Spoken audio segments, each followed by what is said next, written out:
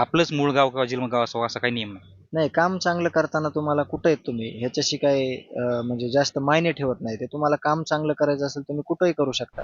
त्याचाच भाग म्हणून संतोष अण्णा देशमुख यांनी 2003 पर्यंत तर आमचे खूप हाल होते इथं सुद्धा. मामाची पण एवढी परिस्थिती नव्हती, जेमतेम होती. पण आमची पण हालाकीचीच परिस्थिती होती इथं. पण आम्ही 2006 पासून या कार्यामध्ये आहेत. 29/11ला जो सीसीटीव्ही फुटेज निघाला, त्या सीसीटीव्ही फुटेजमध्ये हे सगळे आरोपी एका पक्षाच्या कार्यालयात बसतात. त्याच्यातला हा कृष्ण आंधळे आरोपी फरार आहे. तो त्या पोलीस स्टेशनच्या समोर बसतोय, पोलिसांच्या समोर बसतोय, गुप्तचर विभागाच्या समोर बसतोय. म्हणजे इथंच सगळे चुकलोत आपण. अनेक ठिकाणचे असे प्रसंग आहेत किंवा पाहिलेत आम्ही, ग्रामपंचायत सदस्य असतील, सरपंच असतील किंवा पुढच्या काय पदावर असतील.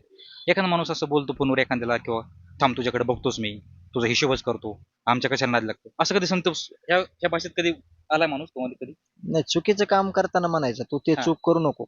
नाही नाही, विनाकारण अशा कधी गोष्टी अजिबात नाही नाही स्वभाव नाही. होता तसं माणसाच्या. स्वभाव असा होता की ह्या गोष्टी कधी केल्या नाही आयुष्यात त्यांनी.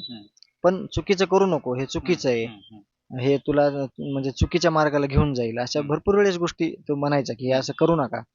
पण जे त्याने अंगीकारलं होतं त्याला तेच द्यायचं होतं गावाला, आणि तेच त्यानं द्यायचा प्रयत्न केला. संतोष देशमुख आणि समज देशमुख कुटुंब जे आहे हे आता मासा जोगलं आहे, पण त्यांचं गाव हे मामाचं आहे. तर तिथून मामाच्या गावाला यायचं कारण काय आणि कधी आले? आम्ही 1993ला इथं आलोत. त्याचं यायचं कारण असं की बार्शीतली जी मार्केट यार्डची, बस स्टँडची जी जागा आहे ती आमच्या भाऊकीची जागा होती आणि ती ॲक्वायर होत होती.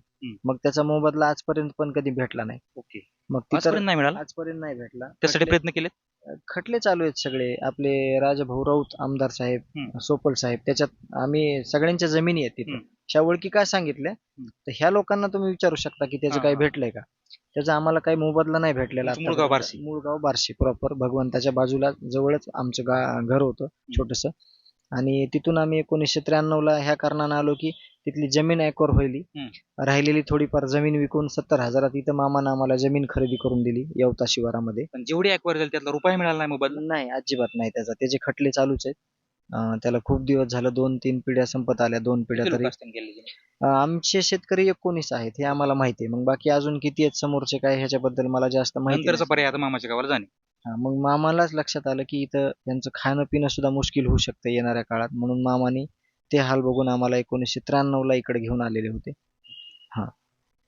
आणि मामाच्या गावात जाऊन संतोषने आपलं अस्तित्व निर्माण केलं आणि तो सरपंच झाला. हा जो तुम्ही प्रवास सांगितला, मला एवढ्यासाठीच विचारायचं होतं की एखाद्या माणसाची समाजाप्रती तळमळ असल्यावर आपलंच मूळ गाव किंवा जन्मगाव असावं असा काही नियम नाही. नाही, काम चांगलं करताना तुम्हाला कुठं आहेत तुम्ही ह्याच्याशी काही म्हणजे जास्त मायने ठेवत नाही. ते तुम्हाला काम चांगलं करायचं असेल तुम्ही कुठंही करू शकता.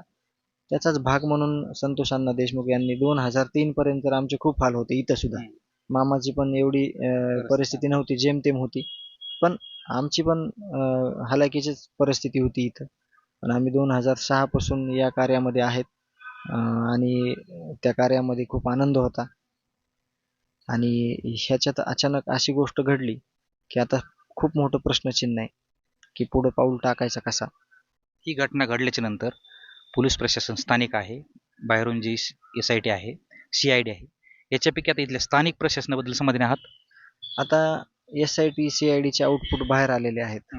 सगळे आरोपी जवळपास सगळ्या आरोपीवर MCOC 120B 302 103 असे कलम सगळ्या आरोपीवर लागलेले आहेत. एक आरोपी फरार आहे, तो त्यांचे प्रयत्न चालू आहेत. म्हणजे ह्यांनी काम जे केलंय ते आतापर्यंत केलंय ते समाजानं बघितलंय, प्रसार माध्यमानं तुम्ही दाखवलंय.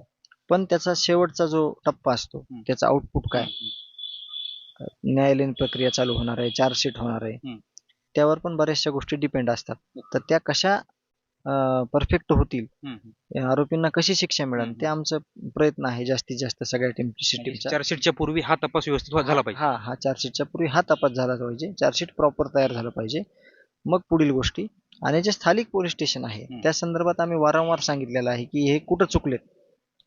त्याच्यातला एक तुम्हाला सांगतो, म्हणजे तशा प्रकारच्या भरपूर गोष्टी पण एक सांगतो. 29/11ला जो सीसीटीव्ही फुटेज निघाला, त्या सीसीटीव्ही फुटेज मध्ये हे सगळे आरोपी एका पक्षाच्या कार्यालयात बसतात. त्याच्यातला हा कृष्ण आंधळे आरोपी फरार आहे, तो त्या पोलीस स्टेशनच्या समोर बसतोय, पोलिसांच्या समोर बसतोय, गुप्तचर विभागाच्या समोर बसतोय. म्हणजे इथंच सगळे चुकलोत आपण. हो. हे जर त्यांनी त्याच वेळेस ह्याला शिक्षा दिली असती तर ह्या आरोपीला इतके गंभीर गुन्हे करायला कधीच त्याचं मन सुद्धा धजावू शकलं नसतं. पुढच्या सगळ्या गोष्टी टळल्या असत्या. सगळ्या गोष्टी टाळल्या असत्या. आम्ही कागदोपत्री म्हणण्यापेक्षा सीसीटीव्ही फुटेज, घडलेल्या घटना याचे पुरावे आम्ही समाजानं दिलेले आहेत. हम्म. आणि ह्यांना देखील माहीत आहेत. हम्म. CDR आहेत. अत्यंत चुकीच्या पद्धतीने इथं जे चाललं होतं हम्म. त्यामुळे हे घटना घडल्या. न्यायालयीन समितीमध्ये हे सगळं समोर येणार आहे. पण आत्ता पोच झालं त्याच्यापैकी CID आणि SIT फक्त याच्यामध्ये तुमच्याकडे आउटपुट येतं समोर मीडियासमोर आलंय. फक्त पोलीस इथलं प्रशासन स्थानिक आहे. त्याच्याबद्दल तुम्हाला वाटतं की हे समाधानकारक नाहीये? नाही, त्यांनी तसं सगळ्या गोष्टी तशाच आहेत ना. म्हणजे जसं की एक गोष्ट सांगतो तुम्हाला, आरोपी ज्या दिवशी ही घटना घडली त्या दिवशी 10:30 पर्यंत आरोपींचे फोन चालू आहेत. हम्म. तरी देखील त्याला ट्रेस करण्यात नाही आलं, त्यांना पकडण्यात नाही आलं. जसं की कालची प्रकार घडलाय धारूर तालुक्यातला. त्यांचं लास्ट लोकेशन सोलापूर होतं हम्म. आणि ते कर्नाटक मधून पकडले. हो. त्याच माध्यमातून हे सुद्धा करू शकले असते. पण या घटनेला कुणीही गांभीर्याने घ्यायचा प्रयत्न केला नव्हता. ना प्रशासनानं ना हे आरोपींच्या कोणी जे पाठीराखे आहेत त्यांनी. म्हणून त्यांना ह्या गोष्टी नंतर लक्षात आल्या पण त्यावेळेस वेळ निघून गेली होती.